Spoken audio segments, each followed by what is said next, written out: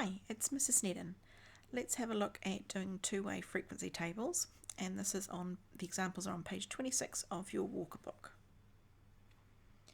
So here's our example, and it says at a school of 714 students, each is asked about Snapchat and Instagram, and the results are shown in the table below. So I'm going to fill this table in and just talk you through it to make sure we understand the table completely. So we've got one category first, which is talking about users Instagram, and then the opposite of that will be doesn't use Instagram.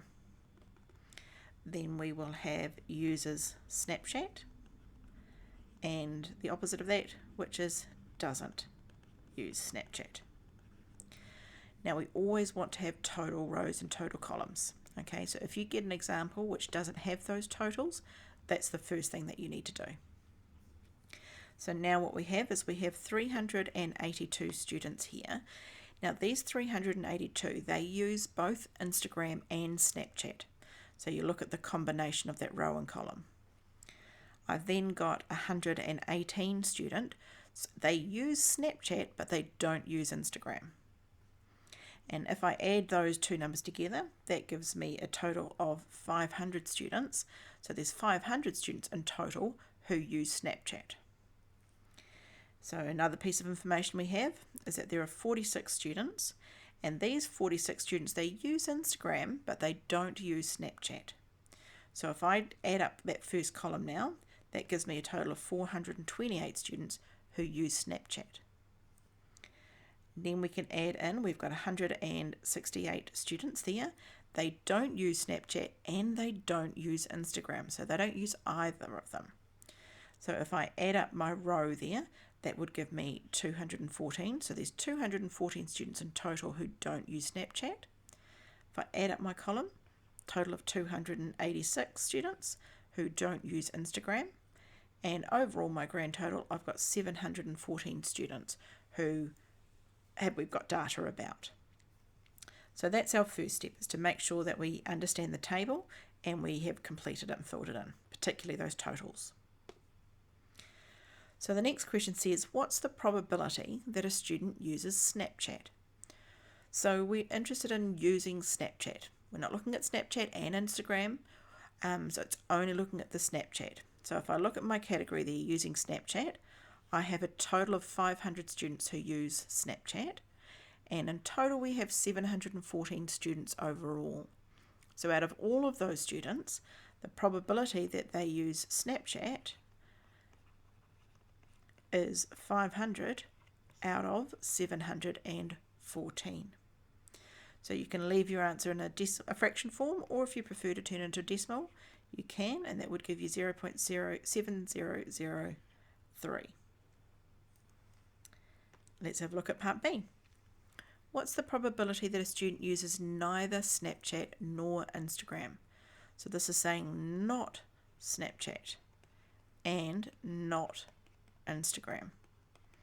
So if we look at our table there, we've got our doesn't use Snapchat and doesn't use Instagram. So that tells me there are 168 students who don't use either Snapchat or Instagram. So our probability is going to be 168 out of the total of 714 students that we have in total. You can leave it as a fraction, or you can turn it into decimal, 0.2353. Let's have a look at part C. If two students from the school are selected at random, what's the probability that both students use Snapchat? Okay, so if I just do a general, just ignore the two students for a moment, what's the chance that one student chosen at random, uses Snapchat? Well, we've got our Snapchat, and there are 500 students out of the 714 who do. So the probability would be 500 out of 714. So that's the probability that that one student uses Snapchat. Now I've got to deal with this two students part.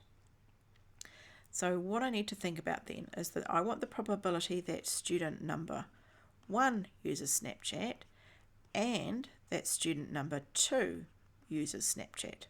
Notice I've talked about and. Student 1 has this criteria and student 2 has the same criteria. So what I need to do is I need to do the probability of Snapchat, and in probability means times, and multiply that by the probability of Snapchat. However, there's one more little trick in this one. When I take the first one, it's 500 out of 714. Now, students are people. Once I've selected one and I've identified one student who uses Snapchat, that means from the 500 students, there are now 499 of them left. So the probability for the next student is 499. And remember, my total has also gone down by 1 because I've already counted for one student in the first probability. So now I've only got 713 students. So when I multiply these together, that gives me a probability of 0.4901. So that's the probability that two students chosen at random both use Snapchat. Well, here's part D.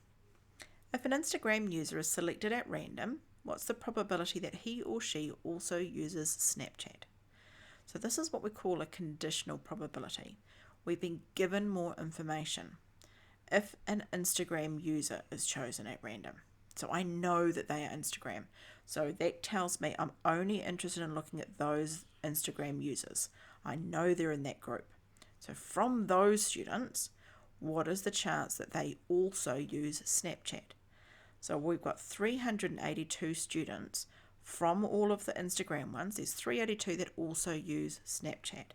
So what that is we say that's the probability of using Snapchat given, and I draw the straight up and down line meaning given.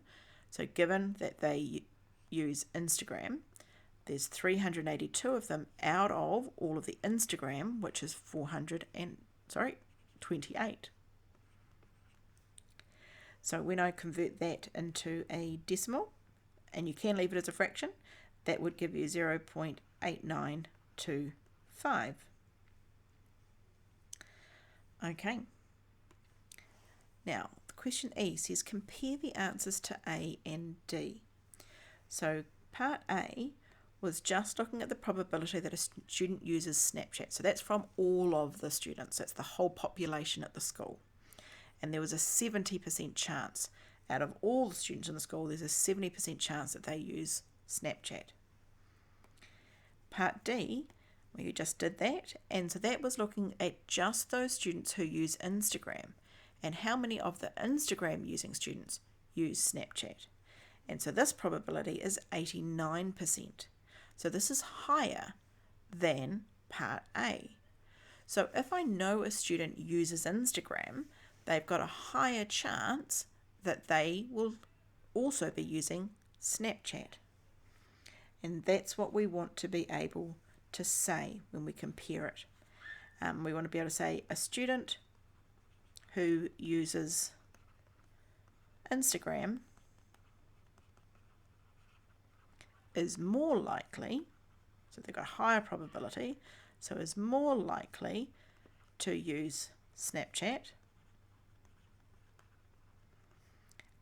than the whole population alone.